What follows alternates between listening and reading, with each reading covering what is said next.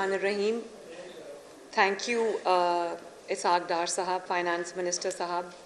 हम इनको वेलकम भी करते हैं और मुझे बड़ी खुशी है कि कल बहुत देर बाद आवाम को रिलीफ मिला है। अल्लाह ताला का शुक्र है, आवाम ने बड़े सख्त दिन देखे हैं, लेकिन आए मेरी दुआ है, मैं उम्मीद भी करती हूँ कि आने वाले दिन जो हैं वो आवाम के लिए रिलीफ लेके आएँ। और मैं PMLN की सीनियर क़यादत, जिसमें एहसन इकबाल साहब शामिल हैं, राना सनाउल्लाह साहब हैं और परवेज़ रशीद साहब हैं, सबका मैं शुक्रिया अदा करती हूँ कि वो इस प्रेस कॉन्फ्रेंस में शामिल हुए। अभी जो ऑडियो आपने देखी, जब आपको हम ऑडियो सुनवाने लगे तो आपने कहा कि हमने बहुत दफ़ा ये ऑडियो देखी है, सुनी है। तो हमने भी सुनी, लेकिन आप जितनी बार ये ऑडियो सुनेंगे आपको रियलाइज़ होगा कि इस मुल्क के साथ कितना बड़ा खेल जो है वो खेला गया है। अभी मुझे ये लफ्ज़ भूल गया था, वो ऑडियो सुनी तो याद आया कि चुप करके। इस चुप करके के अंदर बहुत सारी चीज़ें जो हैं वो छुपी हुई हैं, वो मैं आपको अभी बताती हूँ वन बाय वन।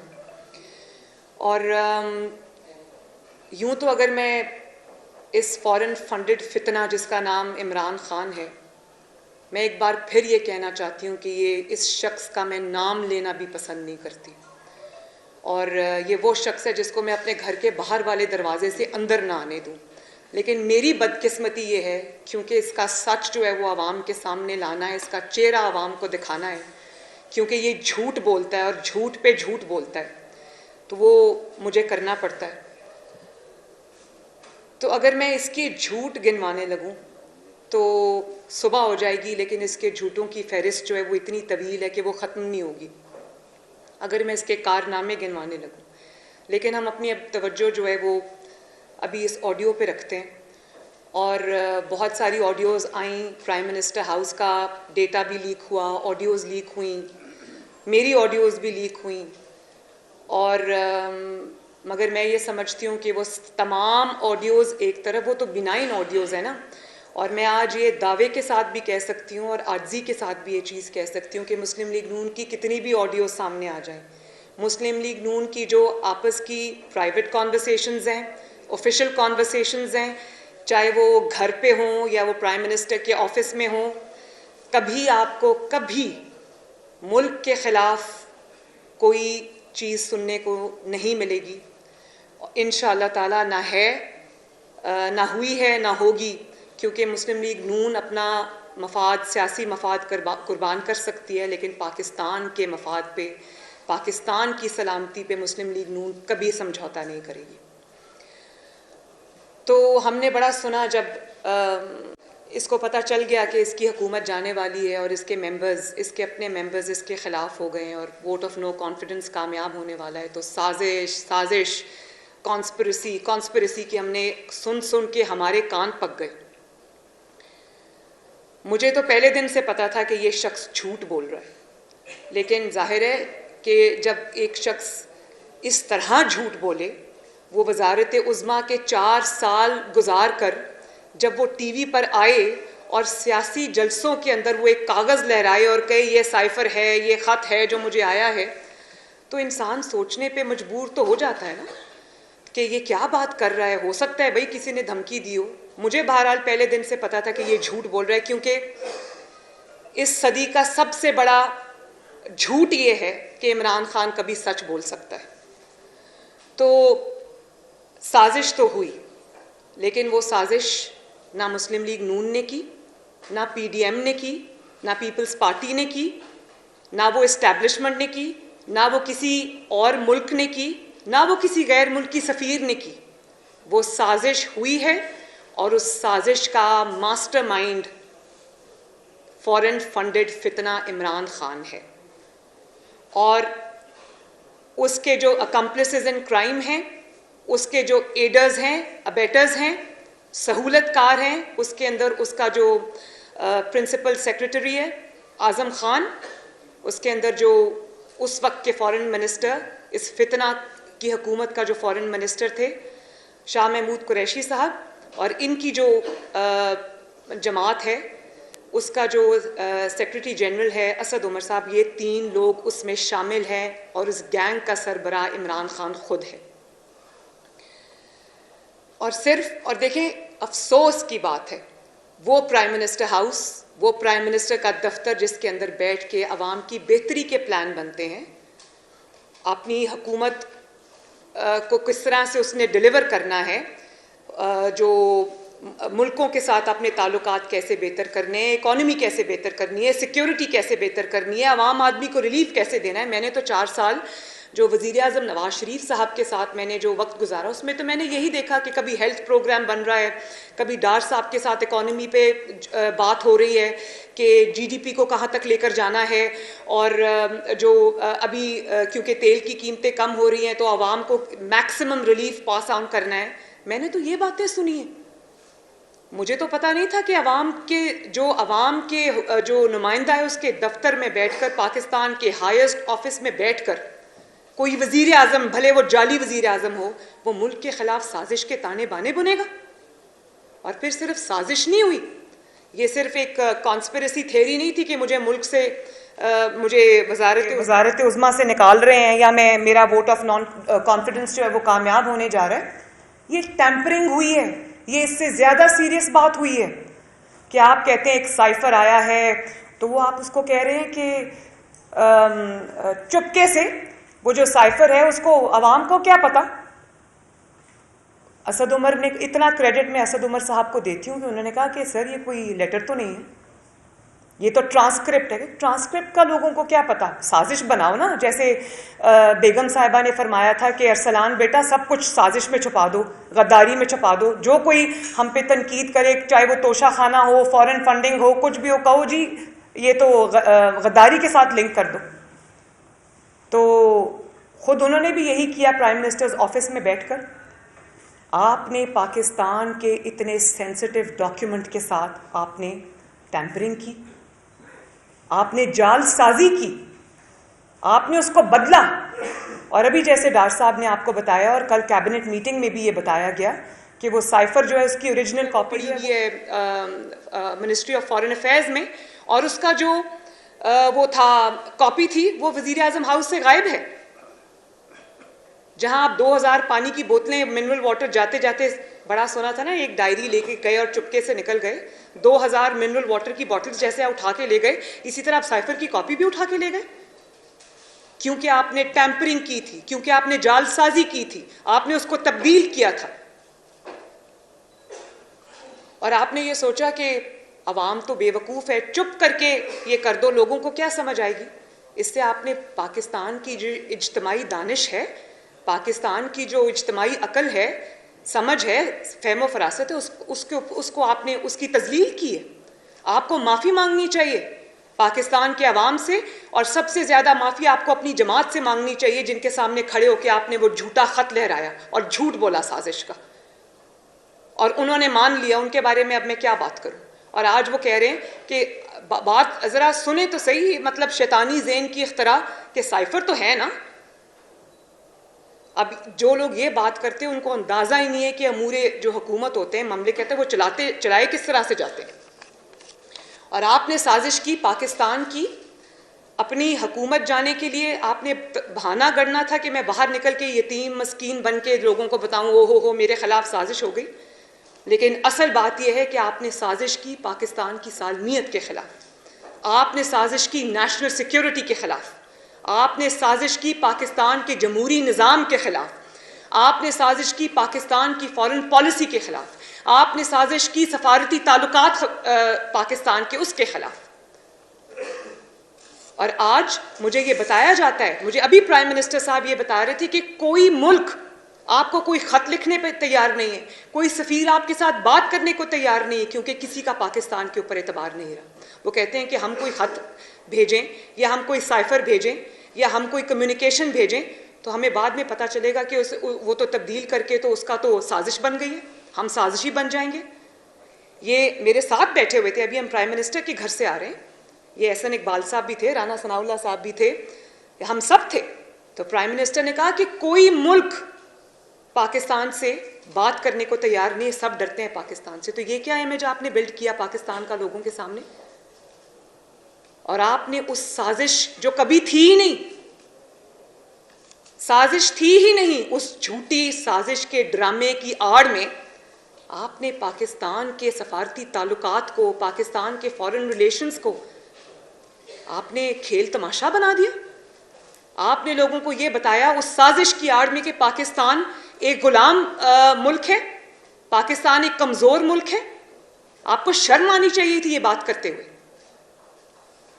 और फिर कहा कि खेलना है, इसके ऊपर हमें सिर्फ खेलना है।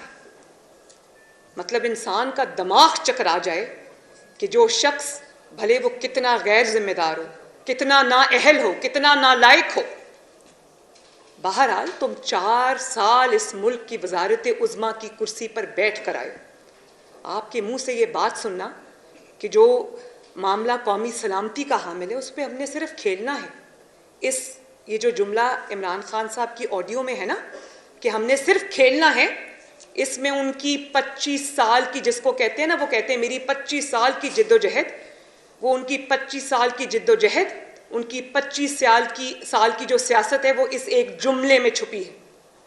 कभी हमने जनरल पाशा के साथ मिलकर खेलना है, कभी हमने ज़हीरुल इस्लाम साहब के साथ मिलकर खेलना है, कभी हमने अवाम के मैंडेट के साथ खेलना है, हमने अवाम के मैंडेट पे डाका डाल के RTS बिठा के हमने वज़ीर आज़म बनना है,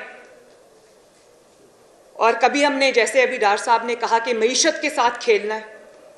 जाहिर है जिस बंदे का अभी जो माइंड सेट है वो उसने पाकिस्तान के जो 22 करोड़ अवाम हैं, पाकिस्तान का जो मुल्क है, जो वो उसको ओवल स्टेडियम समझता है, वो उसी माइंड सेट से बाहर नहीं निकला। तो उससे तो मैं यही एक्सपेक्ट करूंगी।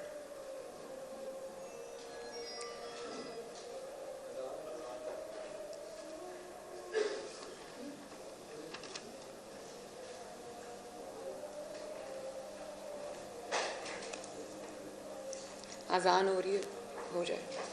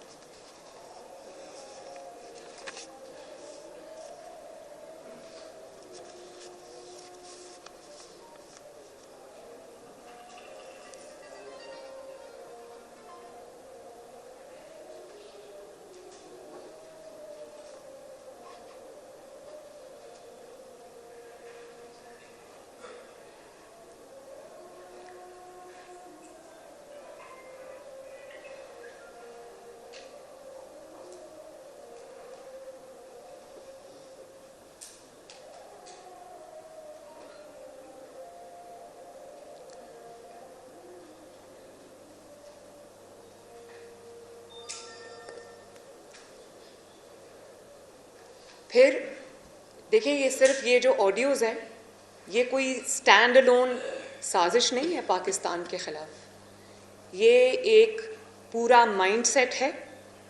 इस फितना के ख़िलाफ़ पूरी डोसियर है, पूरी फ़र्द जुर्म है, जिसके अंदर आप ये देखें, फ़ॉरेन फंडिंग के केस से आप शुरू हो जाएं कि जो शख्स पाकिस्तान को डिस्टेबलाइज़ करने के लिए, पाकिस्तान के अंदर फितना पैदा करने के लिए, पाकिस्तान के अंदर इंतशार पैदा करने के लिए जो शख्स बाहर से डॉलर्स लेता हो, फिर उनके बारे में झूठ बोलता हो, और आप देखिए पाकिस्तान की दुश्मन कुव्वतों से इसको डॉलर्स आए और बड़े आराम से तहरीक इंसाफ वाले कह देते जी कोई नहीं, कहीं से $80 आए, कहीं से $200 आए। भाई हैरान हूँ मैं आप लोगों की अकल के ऊपर कि ECP का ज़रा एक दफ़ा डिसीजन पढ़ें और बताएं कि कितनी बड़ी अमाउंट है। करोड़ों रुपया पाकिस्तान के दुश्मनों से फॉरेन फंडिंग के सिलसिले में इमरान खान ने अपनी जेब में डाला है, और उससे क्या किया है? उससे अपना किचन तो नहीं चलाया, वो किचन तो इसके दूसरे इसकी ATMs चलाते हैं। उससे इसने पाकिस्तान के अंदर डिस्टेबलाइजेशन पैदा की है। और ये पूरा पैटर्न है, ये फॉरेन फंडिंग का आप देख लें। उसके बाद जब ये जाते जाते पाकिस्तान के आइन से जो खिलवाड़ करके गया, जैसे सुप्रीम कोर्ट से 5-0 का डिसीजन आया कि उसने सुप्रीम कोर्ट का डिसीजन ये है कि इन्होंने जाते जाते आइन तोड़ दिया। मतलब मैं मुकद्दम हूँ, आप ये नार्सिसिज्म देखें कि मैं हूँ जो हूँ, बाकी पाकिस्तान का आइन की कोई हैसियत नहीं है, पाकिस्तान के फॉरेन पॉलिसी की कोई हैसियत नहीं है, पाकिस्तान की स्टेबिलिटी की कोई हैसियत नहीं है, जो हूँ मैं हूँ। अगर मुझे इक़्तिदार नहीं मिलता तो मैं पूरी दुनिया में आग लगा के रख दूंगा। इस किस्म का जहन, शैतानी जहन, और इस शैतानी जहन के हाथों पाकिस्तानी कौम 4 साल से यरगमाल बनी हुई है, बल्कि 4 साल से ज़्यादा से यरगमाल बनी हुई है। और ये शैतानी जहन, ये फॉरेन फंडेड फितना पाकिस्तान के ऊपर 4 साल हुक्मरान रहा, पाकिस्तान के स्याह और सफ़ेद का मालिक रहा, कि आज भी हमें दिन रात मेहनत करनी पड़ रही है, लेकिन पाकिस्तान की मईशत को ये जिस जगह पहुंचा गया है, हम अभी भी उसको स्टेबलाइज करने के उस पोजीशन में नहीं आए। इंशाल्लाह हो जाएगी, लेकिन पाकिस्तान को कितना नुकसान पहुंचा है कभी किसी ने इसका अंदाज़ा किया? और फिर ये पैटर्न देखें, फॉरेन फंडिंग के अलावा आपने जाते जाते आइन तोड़ा। पाकिस्तान की सबसे बड़ी अदालत से आपके खिलाफ फैसला आया कि आपने आइन शिकनी की है, वो बच के चुप करके निकल गया। और अभी इससे पहले जो ऑडियोज आई थी शौकत तरीन की और इसके मिनिस्टर्स की, जो कह रहे थे कि IMF की ट्रांश आने वाली है पाकिस्तान को, पाकिस्तान के पास, तो ख़त लिख दो ताकि इनको ये पैसे ना मिले। आपको अंदाज़ा भी है अगर पाकिस्तान को वो पैसे ना मिलते, अल्लाह करे वो दिन आए नवाज शरीफ के दौर की तरह, जब वज़ीर ख़जाना इसहाक डार थे कि पाकिस्तान की IMF से जान छूट गई थी। हम कोई खुशी खुशी IMF के साथ डील नहीं कर रहे, ये डील इमरान खान करके गया था और जिसको फ्लाउट भी करके चला गया जाते जाते, जिसकी वजह से पाकिस्तान को श्रीलंका बनने में चंद ही कदम का फासला था। तो ये बचाया है अल्लाह के फजल करम से इस मुल्क को, और आगे भी लेकर जाएंगे, इस मंझधार से इंशाअल्लाह ताला निकाल लेंगे। लेकिन देखें तो सही एक शख्स की करतूत कि उसने किया क्या है, और आज उसका इतना हौसला कि वो खड़े होकर पाकिस्तान के जो आने वाली नस्लें उनसे खिताब करता है। उस दिन एक कॉलेज में, यहाँ पर GC यूनिवर्सिटी में गया हुआ था, कल मैंने सुना है या आज पता नहीं, वो KPK में कहीं खिताब कर रहा था और उनको ये कह रहा था बताओ किसने की है साजिश। तो बच्चों को पता चल गया किसने की है साजिश। पाकिस्तान के अवाम के जहन में तुम झूठ भर रहे हो, नफरत भर रहे हो, साजिश भर रहे हो। अल्लाह करे कि अब ये अगर किसी कॉलेज में जाए तो बच्चे इससे पूछें कि ये ऑडियोज क्या हैं, कि मुल्क के साथ खेलो, चुप करके ऐसे कर दो, किसी को क्या पता चलेगा? ये नाम ना लो। अच्छा, ये भी नाम ना लो कि लोगों को दर्स दे रहा है कि हमें आज़ादी चाहिए, हमने ये करना है, वो करना है, हम गुलाम नहीं हैं, लेकिन नाम ना लेना। खबरदार किसी ने नाम लिया, गलती से भी नाम नहीं लेना। और नाम गलती से मुंह से जब निकल गया तो कहता ओ हो, नहीं नहीं, वो मुल्क नहीं है, कोई और मुल्क है। मतलब खेल तमाशा। और सिर्फ ये कि नाम नहीं लेना, जब नाम ले दिया तो उसके बाद वहां से $25,000 पे आपने एक लॉबिंग फर्म हायर कर ली अमेरिका से, जो, और वो अमेरिकन की फर्म है, जिसको इसलिए हायर कर लिया गया कि अमेरिका से इमरान खान साहब के ताल्लुकात बेहतर करा दें। और वो जो फर्म है वो क्यों हायर की है? वो क्या कह रहे होंगे वहां जाके अमेरिकन को कि जी गलती से बच्चे के मुंह से नाम निकल गया, गलती हो गई, माफ कर दें, सियासत खेल रहा था, कोई बात नहीं, बच्चों के जहनों से खेल रहा था, सियासत में ये करना पड़ता है, गलती हो गई, माफ कर दें। है तो वो आपका ताबेदार ना, है तो आपका फर्मा बरदार, कोई बात नहीं, गलती हो गई, जाने दें। वो लॉबिंग फर्म और क्या कर रही है? मुझे आप ये बताएं कि किसी मुल्क ने, आप कहते हैं अमेरिका ने आपके खिलाफ साजिश की, कोई मुल्क आपके खिलाफ साजिश कर ले तो आप क्या उससे जाके माफिया मांगेंगे? उसमें लॉबिंग फर्म हायर करेंगे, उसके सफीरों को बुला के मिलेंगे? पाकिस्तानी कौम को, पूरी पाकिस्तानी कौम को अमेरिका के खिलाफ नारे लगाओ, बाहर के मुल्कों में अमेरिका के खिलाफ नारे लगाए, और अंदर बैठ के क्या कह रहे हैं? नाम ना लेना अमेरिका का। ओहो हो। मतलब आपने पाकिस्तानी कौम को बेवकूफ़ समझ रखा है। क्या समझा है आपने कि वो आपके जो जमात में लोग बैठे हैं उनकी तरह उनकी अकलों पे भी पर्दे पड़े हुए हैं, उनकी आंखों पे भी पर्दा पड़ा हुआ है। जिस तरह टीवी पे तकरीर में जो जज मोहतरमा थी ज़ेबा, उनको इसने ललकारा, बदतमीज़ी की। मुझे तो पता है इसका तो काम ही, इसकी तो ट्रेनिंग ही ऐसी हुई हुई है ख़वातीन पर जुमले कसना, जुमलेबाजी करना। तो वही इसने जज ज़ेबा के साथ किया। और फिर वहाँ कल मैंने देखा जाके कहता है कि मुझसे गलती हो गई है, मुझे माफ़ कर दे। अगर कोई ऐसी, मतलब जिस गलती पे आप पकड़े जाएं वहाँ पर आप माफ़ी मांग लेंगे, जो गलती पकड़ी ना जाए उस पर वो गलती ठीक है। जज ज़ेबा वहाँ पर तशरीफ़ नहीं रखती थी। मेरा ख्याल है कि उनको भी किसी ने बताया होगा कि एक ऐसा शख्स आ रहा है जो ख़वातीन के बारे में ये ख्याल करता, ख़बरदार तुमने उससे बात की। तो घर वालों ने शायद ये कह के उनको हटा दिया हो वहाँ से। तो देखें, ये है इमरान का किरदार, ये है इस शख्स का चेहरा, ये है इस शख्स का बातिन। और मैं ऐसे ही इसको फितना नहीं कहती, मुझे पता था, मुझे कोई हैरानी नहीं हुई इन ऑडियो से। मैं इसका और भी इसको अच्छी तरह से जानती हूँ। पाकिस्तान की तारीख में बहुत सारे वज़राए आज़म आए और गए। उसके अंदर हमारे जो निगरान वज़राए आज़म थे, जमहूरी वज़राए आज़म थे, इलेक्टेड प्राइम मिनिस्टर्स थे, डिक्टेटर्स भी आए। लेकिन आज तक गद्दारी का लेबल किसी वज़ीर आज़म के माथे पर नहीं लगा जो गद्दारी का लेबल इमरान खान के माथे पर लगा है। फांसियां चढ़ गए वज़राए आज़म, गोलियां खा गए, जलावतन हो गए, 2 बार उम्र कैद सुन ली और जलावतन हो गए, नाहक जेलें काटी, कैदें काटी। लेकिन जो बदनामी का, गद्दारी का दाग इसके चेहरे पे लगा है, वो बेइज्जती किसी भी वज़ीर आज़म के हिस्से में नहीं आई। और तुम्हारा क्या ख्याल है कि जो 2 बार वज़राए आज़म रहे हैं, 3 बार वज़ीर आज़म बने हैं, उनके सीनों में राज नहीं होंगे? उनको साइफर्स नहीं आते होंगे? जब नवाज शरीफ साहब ने एटमी धमाके करने का फैसला किया तो उनको भी धमकियां दी गई, उनको भी लालच दी गई, उनको भी थ्रेट्स आए, उनको भी साइफर्स आए होंगे। फोन तो आया, वो $5 अरब की जो इमदाद उन्होंने ठुकराई थी, तो उनको भी साइफर्स आए होंगे। ऐसा तो नहीं कि उनको कोई रिटन कम्युनिकेशन नहीं आई होगी, साइफर्स नहीं आए होंगे। फ़ोन आ गया तो साइफर्स भी आए होंगे। लेकिन जो बात उन्होंने कही उसको कहते हैं एब्सोल्युटली नॉट। अब वो जो लोगों ने इसके कहने पर पीटीआई के कारकुनों ने एब्सोल्युटली नॉट के गाड़ियों पे स्टिकर्स लगा दिए थे, अब उनको पूछना चाहिए कि इमरान खान साहब उन स्टिकर्स का क्या करें? अमेरिका का नाम लेना है या नहीं लेना? और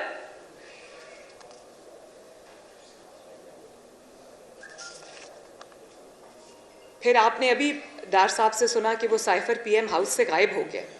तो मैं ये समझती हूँ कि जैसे ट्रंप के घर पे छापा मार के अमेरिकन्स ने उसके घर से ये जो सीक्रेट या सेंसिटिव डॉक्यूमेंट्स है वो बरामद किए थे, इसी तरह बनी गाला, जिसका असल नाम मनी गाला है, वहाँ पर भी रेड होना चाहिए। राणा साहब, वहाँ पर भी रेड होना चाहिए।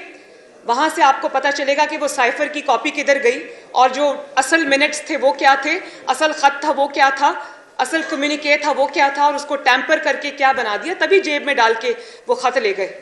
जलसों में लहराने के लिए आपके पास वो ख़त है, लेकिन अवाम को दिखाने के लिए वो ख़त नहीं है। खेल खेल में आप मुल्क से खेल गए, और फिर उस साइफर की आड़ में जो कभी था ही नहीं, उस साजिश की आड़ में जो कभी था ही नहीं, आपने इतनी घिनौनी साजिश की इस मुल्क के साथ। ये मुल्क कोई ओवल स्टेडियम नहीं है, कजाफी स्टेडियम नहीं है, 22 करोड़ का जीता जागता मुल्क है। आपने उसके डिप्लोमेटिक रिलेशंस खराब कर दिए, आपने उसके सफारती ताल्लुकात खराब कर दिए, आपने उसके फॉरेन रिलेशंस को आग में झोंक दिया, आपने उसकी मईशत खराब कर दी। और फिर उस साजिश की बुनियाद पर जो कभी थी ही नहीं, कहीं थी ही नहीं, आपने पाकिस्तान के इदारों को आपने तनकीद का निशाना बनाया, उनको कंट्रोवर्सी में झोंका। उस साजिश की आड़ में आपने अफवाज पाकिस्तान के ऊपर तनकीद की, उनको कंट्रोवर्शियल बनाया। उस साजिश की आड़ में जो कभी थी नहीं, आपने मीर जाफर और मीर सादिक और जानवर के लक़ब दिए लोगों को। अब पता चला है कि असल मीर सादिक कौन है, मीर जाफर कौन है, असल जानवर कौन है। आपने कहा कि जानवर इस न्यूट्रल जानवर होता है क्योंकि उसको कोई समझ बूझ नहीं होती कि क्या कर सही और क्या गलत है। तो आपने भी तो यही किया। आपसे बड़ा फिर जानवर कौन है इस दुनिया के अंदर, जिसको ये पता नहीं कि मैं अपनी सियासत की खातिर अपने मुल्क को और मुल्क की सलामती को दाव पे लगा रहा हूं। और उसी साजिश की आड़ में जो कभी हुई ही नहीं, आपने शुहदा को तजलील का निशाना बनाया, तनकीद का निशाना बनाया। आपको शर्म आनी चाहिए। वो हेलीकॉप्टर जब क्रैश हुआ, उसमें अफवाज पाकिस्तान के सीनियर ऑफिसर्स से लेकर जूनियर ऑफिसर्स तक मौजूद थे। आपकी जमात ने और आपने शर्मनाक कैंपेन चलाई। आपके लाख इख्तलाफात हो सकते हैं किसी इदारे से, सियासी इख्तलाफात हो सकते हैं, उस पर बात की जा सकती है, हम भी करते हैं। लेकिन उसका ये मतलब नहीं कि जो लोग अपनी जान और खून के नजराने इस मुल्क के लिए, इस मिट्टी के लिए पेश करते हैं, आप उनको झूठी साजिश की भेंट चढ़ा दें। आपको शर्म आनी चाहिए।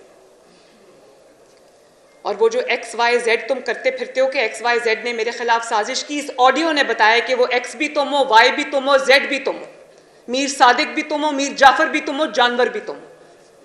जानवर भी जो है वो अपने मालिक के साथ जो है वो वफा करता है। तुमने अपने मुल्क से वफा नहीं की और अपनी घटिया सियासत की खातिर तुमने मुल्क को अपने मफादात की भेंट चढ़ाने की कोशिश की। और मुझे आज इस बात का अभी भी अफसोस है कि तुम आज भी ये सब करने के बाद तुम आज़ाद फिर रहे हो। तुम पाकिस्तान की नई नस्ल से खिताब करने की करते फिर रहे हो। और ये शिकवा और ये गिला मुझे अपनी हुकूमत से भी है। मुझे ये मेरे जो अंकल्स हैं, भाई हैं, सब यहाँ बैठे हुए, मुझे इनसे भी गिला है, मुझे इनसे भी शिकवा है कि जो कानून के हाथ जो गद्दार के गिरेबान तक पहुंचने चाहिए थे वो नहीं पहुंचे। वो आज भी आज़ाद घूम रहा है। वो आइन तोड़ता है, आज़ाद घूमता है। वो फॉरेन फंडिंग में बाहर से फंड लेकर पाकिस्तान में फितना और इंतशार फैलाता है और आज़ाद घूमता है। वो तोशा खाना की घड़ियां चोरी करके बेच देता है और आज़ाद घूमता है। अभी पिछले दिनों में देख रही थी कि उनका कोई ट्वीट आया हुआ था, जो प्रिंस मोहम्मद बिन सुल्तान है, वो बने हैं प्राइम मिनिस्टर सऊदी अरेबिया के, उनको मुबारकबाद दे रहा था। तो मुझे ख्याल आया कि जिसकी घड़ियां बेच के खा गया उसको किस मुंह से ये मुबारक दे रहा है? ताकि एक और घड़ी मिले। और मतलब समझ से बाला तर है ये बातें। वो क्यों खुला फिर रहा आज भी? क्यों कानून के हाथ उसके गिरेबान तक नहीं पहुंचते? और फिर मैं अपनी हुकूमत से ये नहीं कह रही कि उसके ऊपर एफेड्रीन डाल दो, उसके ऊपर चर्च का मुकदमा बना दो, या उसके ऊपर हेरोइन का मुकदमा बना दो, या उसके ऊपर नारोवाल कॉम्प्लेक्स का मुकदमा बना दो, या मेरी तरह उस पर एडिंग और अबेटिंग का मुकदमा बना दो। जो एडिंग एंड अबेटिंग उस क्राइम में जो कोर्ट ने कहा है हुआ ही नहीं। मैं ये कह रही हूं कि इसने आइन तोड़ा है, इसने पाकिस्तान का बैतुल माल का माल बेचकर खाया है, इसने फॉरेन फंडिंग ली है पाकिस्तान को तबाह करने के लिए, डिस्टेबलाइज करने के लिए। इसने हुकूमत पाकिस्तान और अपना प्राइम मिनिस्टर का दफ्तर इस्तेमाल किया है पाकिस्तान के खिलाफ साजिश करने के लिए। और होगा किसी का लाडला, हमारा लाडला नहीं है। और फिर किरदार देखें, भयानक चेहरा देखें और बातें सुने क्या करता है।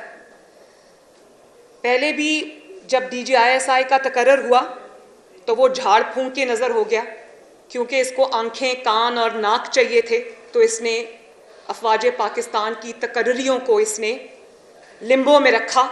इसने दरार पैदा करने की कोशिश की पाकिस्तान के अफवाज के इदारे के अंदर, जिसकी दूसरी केसेस का जो चीफ ऑफ स्टाफ है वो ARY पे लाइव बैठ के पढ़ रहा था कि जो अफवाज पाकिस्तान के ऑफिसर्स हैं वो अपनी हाई कमान का हुक्म ना माने।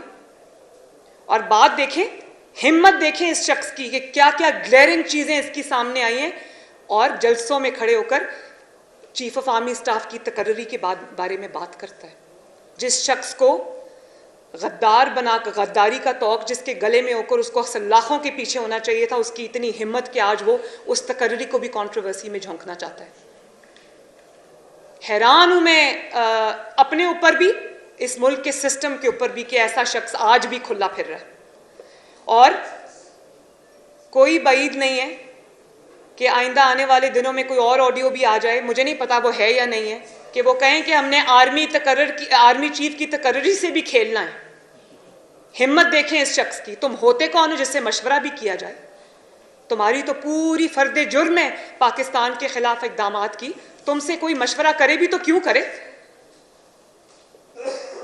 तो ये ज़रा पाकिस्तान की और हुकूमत की इज्तिमाई दानिश को झंझोड़ने का वक्त है कि खुदारा इससे पहले कि मुल्क को नाकाबिले तलाफ़ी नुकसान पहुँच जाए, खुदारा होश के नाखुन लें और इसका चेहरा, असल चेहरा आवाम को दिखाएं और इसको कैफरे किरदार तक पहुँचाएं। शुक्रिया। बारी बारी बारी बारी, ऐसे नहीं, ऐसे नहीं, ऐसे नहीं। आज तो ऐसे कोई सवाल नहीं होगा, ऐसे कोई सवाल नहीं होगा।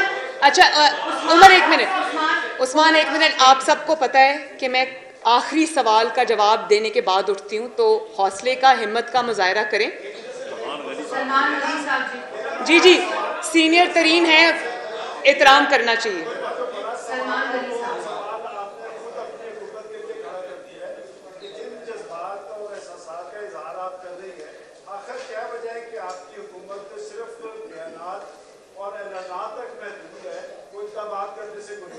और ये बताएं कि ये जिस साइफर की आप बात कर रहे हैं कि क्या पाकिस्तान का सेक्रेटरी खारजा या खारजा ऑफिस जो है ये हुकूमत पाकिस्तान का पाबंद नहीं, कि उस वक्त के इलेक्टेड प्राइम मिनिस्टर को भी वो साइफर दिखाने से गुरेजा था और आज भी वो साइफर आपके खारजा ऑफिस में पड़ा है।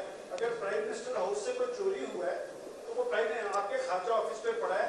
क्या इसकी बुनियाद पर आप कुछ करने की सलाहियत रखती है या आपको अंदरूनी तौर पे या बैरूनी तौर पे किसी ने रोका है कि आप इस पे हाथ नहीं डाल सकते? दूसरा सवाल मेरा इस साहब से। अच्छा पहले मैं जवाब दे लूँ, आपने इतने सारे सवाल इकट्ठे पूछ दिए, अब तीसरा भी पूछने लगे थे।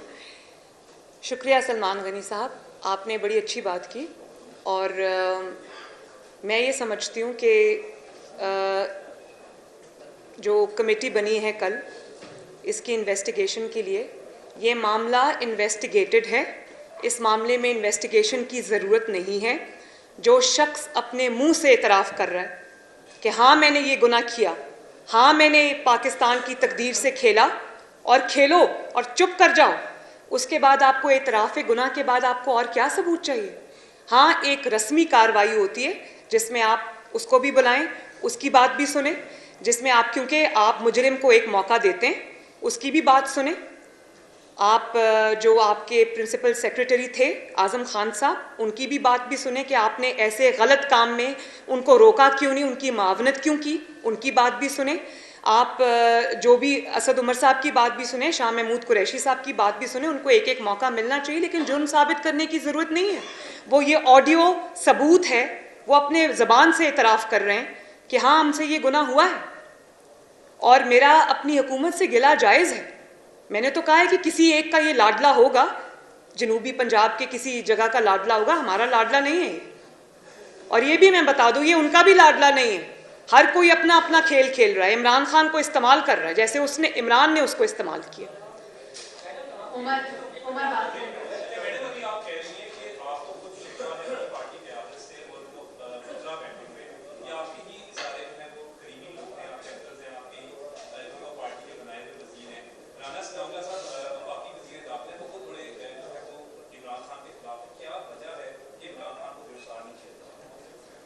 राणा साहब इसका जवाब आप देना पसंद फरमाएंगे? माइक दे दे, क्योंकि राणा साहब मेरे पास तो इस बात का कोई जवाब नहीं। जी इसमें ऐसा है कि मैडम मरियम नवाज साहबा ने जो गिला किया है, जो उन्होंने इतराज़ उठाया है, ये बिल्कुल जायज़ है, ये दुरुस्त है। आवाज़ आ रही है? और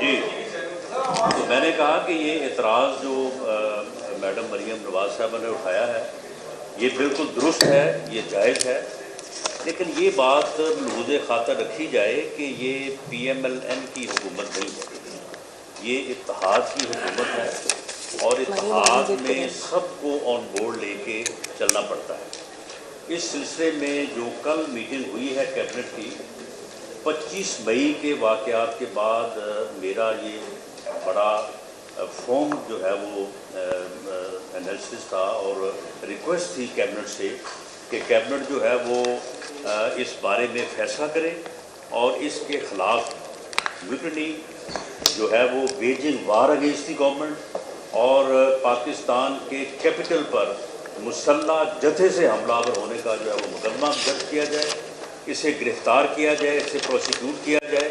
और ये इतना बुज़दिल है कि ये उसी दिन जो है वो 25 मई को ये भाग गया था पेशावर और उस वक्त तक वहाँ से नहीं आया जब तक कि इसने जो है वो बेल फॉर अरेस्ट नहीं ली।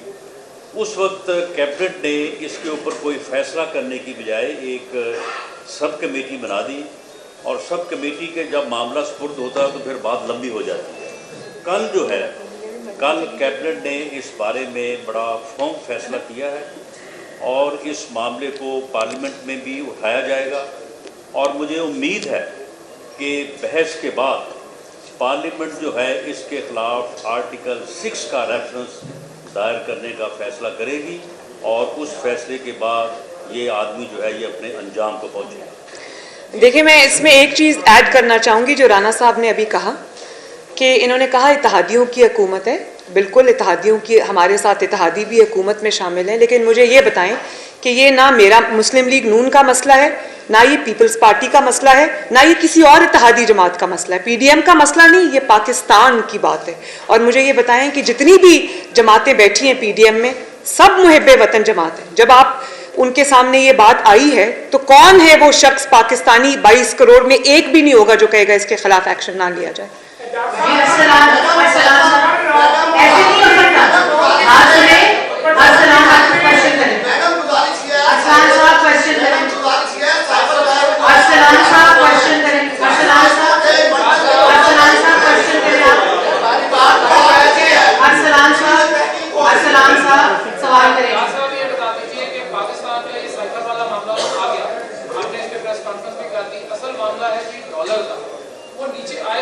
अंकल आज इसको आप साइकिल पे रखिए। 46% इन्फ्लेशन रेट जा चुका है। आम आदमी का जो मसला है जी, वो कब हमें खुशखबरी दे रहे हैं, ये तो चल रहा है आपका मामला। राना साहब ने क्लियर कर दिया कि मुकदमा भी हो सकता है, जुडिशियल कमीशन भी बन सकता है, आर्टिकल 6 की कार्रवाई भी हो सकती है। डॉलर के मामले के ऊपर जरा गाइड कर दीजिए जी कि कब नीचे आ रहा है और हमारे लिए मजीद खुशखबरी सख्ती हमारी कब नरमी में बदल जाएगी। मैं ब्रीफली जवाब देता हूँ जी। मेन जो आपने देखा कि ट्रेंड बदल चुका है। पिछले 5 दिन में एक दफ़ा भी उसकी जो रुपए की कदर में कमी नहीं आई, बल्कि हर दिन इजाफा हो रहा है। नंबर 1, इससे आपके करीबन 1300-1400 अरब के कर्ज़ों का हुजम भी कुछ 1 रुपया वापस किए बगैर कम हो गया है। आप बिल्कुल सही फरमा रहे हैं। ये मैं इसको कहा करता हूँ मदर ऑफ ऑल ईवल्स, और पर्टिकुलरली फॉर इकॉनमी, क्योंकि इसी वजह से इन्फ्लेशन हुई है। आप जो 47% की बात कर रहे हैं उसमें इम्पोर्टेड, बेसिकली उसका जो मेन मकसद है वो इम्पोर्टेड उसका कॉज है कि चूँकि आप हर चीज़ आप इंपोर्ट करते हैं उसका डायरेक्ट इम्पेक्ट होता है। इंशाअल्लाह इस ये रुपए की कदर में, अच्छा ये मैं भी पूरी जिम्मेदारी से कह सकता हूँ कि रुपए की कदर आर्टिफिशियल है। मैंने एक यानी एक्शन अभी तक एक एक्शन नहीं लिया, लेकिन उनको याद है कि 98-99 में उनके साथ क्या हुआ था। जो स्पेकुलेटर हैं, जो इस मुल्क की करेंसी में अपने चंद करोड़ों या चंद अरबों के लिए इस मुल्क को हज़ारों अरब में डबो देते हैं, तो इसलिए इंशाअल्लाह it will be dealt with.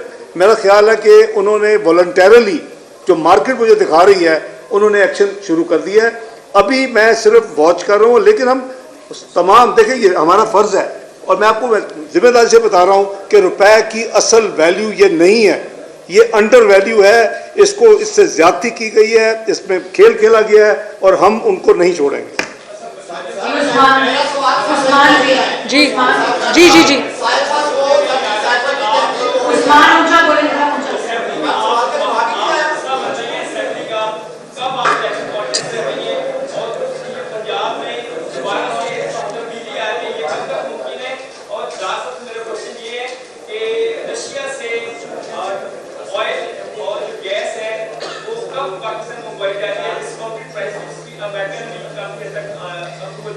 मेरी दरख्वास्त आपसे ये है कि इसको सिर्फ साइफर तक और इमरान खान की साजिश तक महदूद रखें। हम इकॉनमी पे बात डार साहब करते भी रहेंगे और डिटेल बात करेंगे इंशाल्लाह ताला। इसको प्लीज़ इसी इशू पे रखें। आपसे मैं आपको देती हूँ। अच्छा मैडम, ये फरमाइएगा, जलील इत्तेहादियों की गवर्नमेंट है, लेकिन क्रेडिट और डिसक्रेडिट आम आदमी की नजर में मुस्लिम लीग नून के लिए वो कौन से लोग हैं जो आपकी और नेशनल साहब की आडियो भी लीक करते हैं? ये आडियो भी लीक, वो कौन लोग हैं, ये अकाउंट्स हैं, ये कहाँ से हैंडल हो रहे हैं? एक सेकंड पहले इसका जवाब सुन लें। मुझे इसमें कोई शक नहीं है कि ये इमरान और उसके कोच की कारस्तानी है। कोई हैकर नहीं है, कोई हैकिंग नहीं हुई, कोई बताऊं? हाँ, इतने तो आप भी नहीं कि आपको नाम ना पता हो। तो मुझे इसमें कोई शक नहीं है, कोई हैकर नहीं है, कोई डार्क वेब के ऊपर कुछ नहीं है। ये सब फ्रॉड है और ये सब जो है वो इन्हीं की कारस्तानी है। इकलाल बाजवा साहब, एक हफ्ते के बाद मैं वो क्षमा मांगने चाहिए जिसका व्यक्ति आप जानते खुद भी नहीं है, जहाँ पर डिटेल्स लेके पे बैठे हो वहाँ पे से नहीं, लेकिन उसका जो ये जो साजिश करते हैं, जो सूरतकारी करते हैं वहाँ सरकारी मुलाजिमीन भी, तो उस हवाले से कुछ सामने नजर नहीं आता। कुछ अर्से बाद पाकिस्तान में ये सिलसिला पे दर पे होता रहता है। इसके तदारे के लिए क्या सियासी कुत्ते जो है वो भी कोई इस पर गुजारेंगे या करेंगे? किस तरह आप इफेक्ट मीडिया? देखिए, मैं एक बात आपको बता दूं, मैं जिस तरह अफेक्ट हुई हूँ, मेरा केस 4-5 साल, मेरे केस की जब डिटेल फैसला आ जाएगा, मैं उसका इंतज़ार कर रही हूँ। जब इंशाल्लाह आ जाएगा उसके बाद मैं आप लोगों से उसके बारे में डिटेल बात करूँगी। लेकिन मैं आपको एक बात बताऊँ, 4-5 साल या 6 साल हो गया पैनामा को आए हुए, मुझे कोई शक नहीं था। मुझे पहले दिन से पता था कि इंशाल्लाह ताला ये होगा। लेकिन आप ये देखिए कि अगर ठीक है, हमारे ऊपर सख्ती भी आई, हमारे पे आजमाइश भी आई, हमने कुछ नुकसान नाकाबिले तलाफ़ी भी हो गए, लेकिन उस पूरे 6 साल में जिस तरह साजिशियों के चेहरे अवाम ने देखे, अगर वो 6 साल का अरसा ना गुजरता तो भला वो चेहरे कभी अवाम के सामने आते? तो कुदरत का अपना तरीका है लोगों को एक्सपोज करने का। और आज भी ये साइफर वाली लीक्स पे आप आ जाएं, जब ये लीक्स बुनी जा रही थी प्राइम मिनिस्टर हाउस में बैठकर, तो उनको ये पता था कि ये लीक्स बाहर आ जाएंगी और साजिश का भांडा फूट जाएगा। उन्होंने तो मस्कीन बनने की कोशिश की अवाम के सामने कि मैं लोगों के सामने एक चेहरा लेके आ जाऊंगा कि मैं विक्टिम हूं। भाई, आप वो प्राइम मिनिस्टर नहीं है जिसको एक झूठे कामे की बुनियाद पर निकाला गया। आपके अपने मेंबरान आपका साथ छोड़ गए जब आपके पास और कोई बात नहीं थी। कारकर्दगी आपकी इतनी बुरी थी कि अल्लाह ताला की पनाह, जब आपकी कारकर्दगी बुरी थी, जब आपके अपने मेंबर्स आपको प्राइम मिनिस्टर होते हुए छोड़ गए थे, तो जाहिर है बाहर आके कुछ कहने के लिए तो होना चाहिए था ना। तो शैतानी दिमाग जो है वो अमल में आया और उसने ये साजिश घड़ी बैठ के। तो आखिर उन्होंने सोचा था कि किसी को कभी पता नहीं चलेगा। ऐसा नहीं होता, सबको सब कुछ पता चलता है, वक्त वक्त की बात है, सब सामने आएगा। जी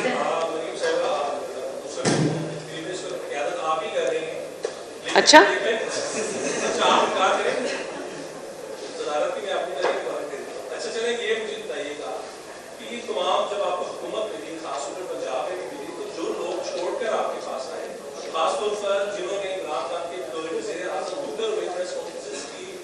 सबूत सामने लेके आए और उन्होंने बात सबसे पहले बुलंद किया। आज उनके खिलाफ कार्रवाइयां हो रही हैं, उनकी निजी जिंदगी को डिस्कस किया जा रहा है, उसको प्रिड्यूट किया जा रहा है, उनके छापे पड़ रहे हैं, पुलिस रेड कर रही है। पंजाब हुकूमत बड़ी ने अली खान साहब का नाम ले लेता हूँ, उसके साथ दीगर लोग नहीं है, उनकी सोसाइटी पर झूठे मुकदमे किए जा रहे हैं। उस पर मुस्लिम लीग नून क्या कर रही है? खासतौर पर इस हवाले से भी क्या पार्टी देखी है कि जो लोग मुश्किल में आपके साथ खड़े हुए, आप उनका साथ लोग देंगे? देखिए, बात तो ये है कि जो जब वो इमरान खान साहब के साथ थे, यहीं से उनकी बात पता चल जाती। बात दूध का दूध पानी का पानी हो जाता है कि जब वो इमरान खान साहब के साथ थे, जब इमरान खान साहब उनके जहाज इस्तेमाल कर रहे थे, उनके पैसे इस्तेमाल कर रहे थे, उनके खर्चे पे पार्टी चला रहे थे, तब उनके अंदर कोई बुराई नहीं थी, तब उनको कोई मुकदमा नजर नहीं आया। आज जब उन्होंने एक फैसला किया और इस झूठे शख्स को, साजिशी शख्स को छोड़ दिया, तो आज उनके अंदर सब गुनाह भी याद आ गए, उनकी चीजें भी याद आ गई, उनकी चीजें भी खुल रही हैं। तो ये तो खुद ही भाई बात, और जहाँ तक आपने बात की कि ये जो इक़दामात उनके खिलाफ हो रहे हैं ये भी शॉर्ट लिव्ड है इंशाल्लाह। अभी इन सब चीज़ों का सामना इनको खुद करना पड़ेगा। बस एक सेकंड देख, मैं आज ज़रा थोड़ा ऐड करना चाहता हूँ। मुस्लिम लीग नून, मैं समझता हूँ कि वी अप्रिशिएट कि उन्होंने अपने ज़मीर के मुताबिक हर जो पाकिस्तानी जो सफ़र कर रहा था, जो मुल्क डूबने की तरफ जा रहा था, उन्होंने अपने ज़मीर के मुताबिक उन्होंने अपनी पार्टी के खिलाफ उठ खड़े हुए। मैं समझता हूँ कि उसमें आइन में बड़ी वाज़े एक प्रोसेस है। मुस्लिम लीग नून ने उनको ऑनर किया, आने वाले ज़िमनी इलेक्शन में उनको टिकटें दी। हालांकि बहुत लोग समझते हैं कि उनको अगर हम खड़े ना करते तो शायद हमारी ज़्यादा सीटें निकलती, और हमें लोग कहते थे इलेक्शन से पहले कि जी अगर आप टिकटें देंगे तो चूँकि ये PTI का ज़्यादा हिस्सा रहे हैं तो शायद आप हार जाएंगे। लेकिन मियाँ नवाज शरीफ ने फैसला किया कि जब ये आइन के लिए खड़े हुए, जब इन्होंने अपने ज़मीर के मुताबिक, तो हम इनको नहीं छोड़ेंगे चूँकि हमारी ये हुकूमत नहीं है। तो ज़ाहिर है कि ये पॉलिटिकल विक्टिमाइजेशन में तो PTI मास्टरमाइंड है। आपके पास लगता है सवाल ख़त्म हो गए वैसे।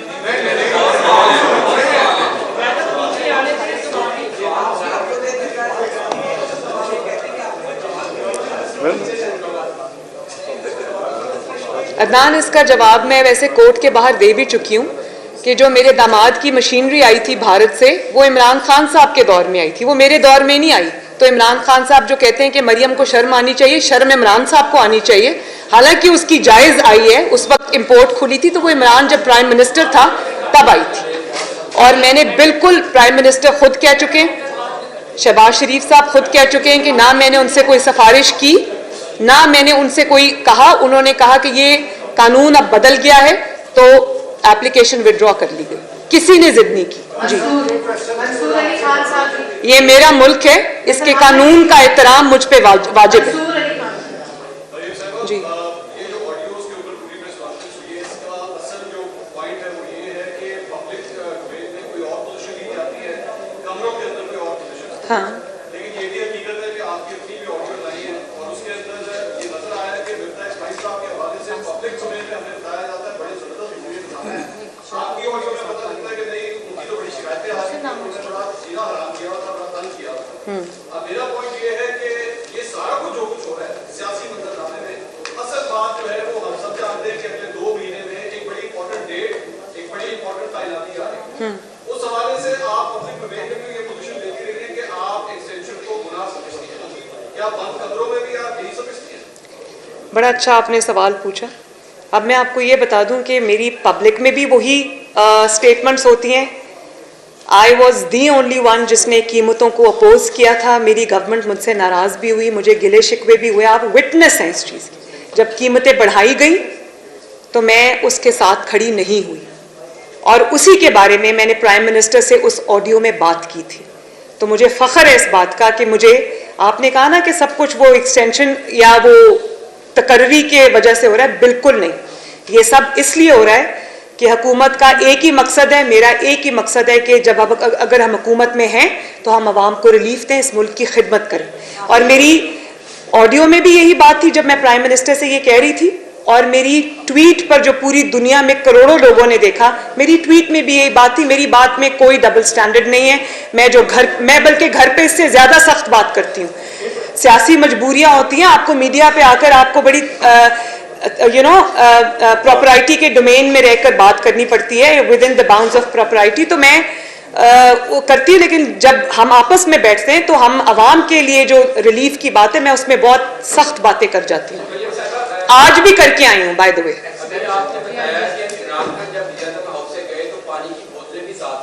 जब आपने अभी एक्सटेंशन की बात की, जब DG ISPR ने ये कहा और जब खुद स्टेटमेंट्स आ गए कि हम एक्सटेंशन नहीं ले रहे, तो मैं उस पर क्या सराई क्यों करूँ? आपने बताया कि इमरान खान जब लियाकत हाउस से गए तो पानी की बोतलें भी ले गए, आपको ये पता चल गया कि पानी की बोतलें गायब है, लेकिन 5-6 माह तक आपको ये नहीं पता चला कि लियाकत हाउस से साइफर की कापी गायब है। कहाँ पर वो 2 मीटिंग जो आगामी की गई थी, कमीना की और नेशनल सिक्योरिटी काउंसिल की मीटिंग बुलाई गई थी, वो किस डॉक्यूमेंट की बेस पे बुलाई गई थी? दूसरा ये, अभी आपने कहा कि आप बाकी जगहों में भी आवाम की मफाद की बात करते हैं, जबकि आपकी ऑडियो में है जिसमें आप कह रहे हैं कहते हैं जो सेहत कार्ड है इसको बंद कर दें, इमरान खान के पास सेहत कार्ड के अलावा कुछ नहीं रह जाएगा। इसमें आपका अच्छा, आपने मेरा जो कोर्ट के बाहर, जब आप तो मीडिया वाले हैं, आपने सुनी थी मेरी प्रेसर, मैंने उसका जवाब दिया था। सेहत कार्ड किसने बनाया था? सेहत कार्ड नवाज शरीफ साहब ने बनाया था और उस पर मैंने काम किया था, स्क्रैच से मैंने शुरू किया था। आवाम की भलाई का मंसूबा है और जिसके अंदर करोड़ों लोगों का फ्री इलाज होता है, बड़े बड़े सर्जरीज होती हैं, हार्ट की सर्जरीज होती हैं, किडनी की सर्जरीज होती हैं, जो आम इंसान अफोर्ड नहीं कर सकता। ये नवाज शरीफ साहब ने बनाया था और आपको याद होगा कि वो मेरे साथ, मुझे साथ लेके जाते थे, उन्होंने जगह जगह जाके उस कार्ड को लॉन्च किया था। तो मैं कभी ये गुनाह नहीं कर सकती, मैं इमरान खान नहीं हूँ कि हमजा जब कहे कि 200 यूनिट से कम जो इस्तेमाल करते हैं उनकी बिजली फ्री करनी है तो वो कोर्ट में जाके उसको बंद करा दे। भले मेरे मुखालिफ की हुकूमत हो या मेरी अपनी हुकूमत हो, जो अवाम की भलाई का मंसूबा होगा मैं उसको दिलो जान से सपोर्ट करूंगी। मैंने शहबाज शरीफ साहब को ये कहा था, आप ऑडियो को दोबारा सुने और बार बार सुने। मैंने कहा उसको ऑन करें, बंद करें नहीं कहा था, मैंने कहा उस हेल्थ प्रोग्राम को ऑन करें। और एक बार नहीं, प्राइम मिनिस्टर से मेरी ये गुफ्तगू कम से कम 3 मरतबा हुई है। मैंने कहा उसको, उसके अंदर जितने भी लकूनस हैं उनको आप प्लग करें, उसके अंदर जितनी भी पिलफरेज हो रही है इमरान के ज़माने में, जो पैसा खाया जा रहा था, इसको रीडिज़ाइन करें ताकि अवाम को उनका हक मिले। मरियम नवाज कभी भी अवाम के भलाई के मंसूबे के खिलाफ खड़ी नहीं होगी, भले उसको कितना सियासी नुकसान हो। मैं अपने लोगों के खिलाफ खड़ी हो सकती हूँ प्राइसेस बढ़ाने में, तो मैं ऐसा कैसे कर सकती हूँ? मैं बता दूं, मैं जो मुझे जी जी प्लीज, मैं कर रहा हूँ। एक सेकंड जी, एक सेकंड नहीं, मैं जवाब प्लीज, जवाब कंप्लीट कर लें। आपका सवाल ये था कि 2000 बोतलें तो नजर आ गई, एक साइफर नजर नहीं आया। 2000 बोतलें इसलिए नजर आ गई, एक तो वो फिजिकली नजर आनी चाहिए, इतना ज्यादा क्वांटिटी सामने है। जब आप पहले दिन वहां जाए तो आपको पानी ना मिले तो फिर दूसरी क्वेरी होगी पानी किधर है। तीसरा ये है कि साइफर को फ्लोट नहीं कर रहे होते, they are in the best closet of the ministry. ये ज़्यादा लोगों को डिस्ट्रीब्यूट भी नहीं होते। Is the most secret document of another country के मुतल्लक, you can not play with it. ये सिर्फ 2-3 बंदों को जाती है, प्राइम मिनिस्टर को जाती है, फॉरेन ऑफिस भेजता है और सबकी वही ड्यूटी है तो उसको कैसे करना है। हमें इसकी उस वक्त, अच्छा इससे अलावा हमारी गवर्नमेंट आने से पहले इमरान खान की गवर्नमेंट में नेशनल सिक्योरिटी कमेटी में ये साइफर डिस्कस हुआ। ये मैं आपको जिम्मेदारी से बता रहा हूँ। इस पर इस्टेब्लिश किया गया कि देयर इज कोई उसमें साजिश नहीं है। उसके अलावा जो कैबिनेट में डिस्कस हुआ उसके उनके अपने अज़ाइम थे, तो ये इस्टेब्लिश हो चुका था कि साइफर के लिए कोई साजिश नहीं है। तो ये मैं सिर्फ आपको बता दूं कि ये जब लीक्स आई हैं तो इसने हमें मजबूर किया कि हम देखें, कंपेयर करें, क्योंकि इसमें पता चला को मिनट्स भी बने थे। ये सारी चीज़ें बड़ी सीक्रेट और से ये नहीं होता कि आप आगे 4 साल के सारे कागज निकाल के देखना शुरू कर दे। इशू बनी, देखा, कंपेयर किया, तो उसके बाद मैंने आपको शुरू में कहा था कि कोई यानी नकम्मा तरीन भी डिप्लोमेट होगा, he will never state what has been minuted. वो पूरी स्टोरी थी जी। नवाज शरीफ साहब बतौर प्राइम मिनिस्टर हमेशा आपसे ये कहते सुने गए कि IMF से जान छुड़ाई जाए जी। आज पाकिस्तान की मईशत जब हाल है IMF के पास, और आपने जब पेट्रोलियम की कीमतें भी कम की है तो IMF की कॉन्सेप्ट से की है, क्या आने वाले 10-15 साल के अंदर इस लानत से हमारा छुटकारा हासिल होगा? देखें, सलमान गनी साहब ये मुल्क टेक ऑफ कर रहा था। इसकी बदकिस्मती है कि जब भी ये टेक ऑफ करता है कोई हिडन हैंड बाहर निकलते हैं, इस मुल्क की टांगों को खींचते हैं और ये धर्म से फिर मईशत गिर जाती है। नंबर 1, पाकिस्तान की तारीख में अगर किसी हुकूमत ने मुकम्मल किया प्रोग्राम, इवन डिक्टेटर्स नहीं कर सके, मुशर्रफ साहब नहीं कर सके, शौकत अजीज साहब नहीं कर सके, तो वो मुस्लिम लीग नून की हुकूमत मियाँ नवाज शरीफ की क़यादत में उसने मुकम्मल किया, पहली दफ़ा, वन एंड ओनली। और उसके एक सेकंड जी, और उसके बाद हमने ऐलान किया, कहीं छुप के नहीं किया। क्रिस्टल लगार्ड साहब आई जो उनकी MD थी, उनके साथ बैठ के मैंने प्रेस कॉन्फ्रेंस की। प्राइम मिनिस्टर नवाज शरीफ ने अनाउंस किया कि हमने खुदा हाफिज कह दिया है। अगर आप अपनी मईशत को उससे उधर आगे उसी डायरेक्शन में लेके जाते और इस मुल्क में एडवेंचर्स ना होते पनामा जैसे, तो आई कैन अश्योर यू एक को तो आपको IMF के बाद जाने की जरूरत नहीं।